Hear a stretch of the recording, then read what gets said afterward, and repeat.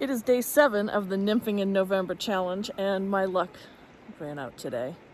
We have a big winter storm rolling in a little bit later on. It's going to start as cold November rain and then turn to snow overnight. And the fish, it's beautiful, but you can see how dark it is. Anyways, cool thing happened today. I got to watch a young female brown trout sweep the rocks to get her red ready.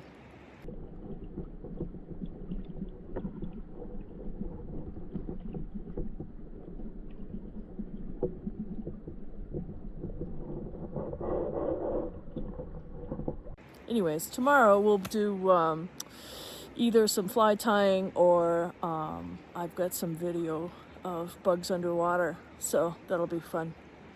And I have probably the best Sunday short I've ever done that's coming out tomorrow at 6:30 Mountain Time. That would be 8:30 Eastern Time. Anyways, look for it. Hey, you can't catch them every day.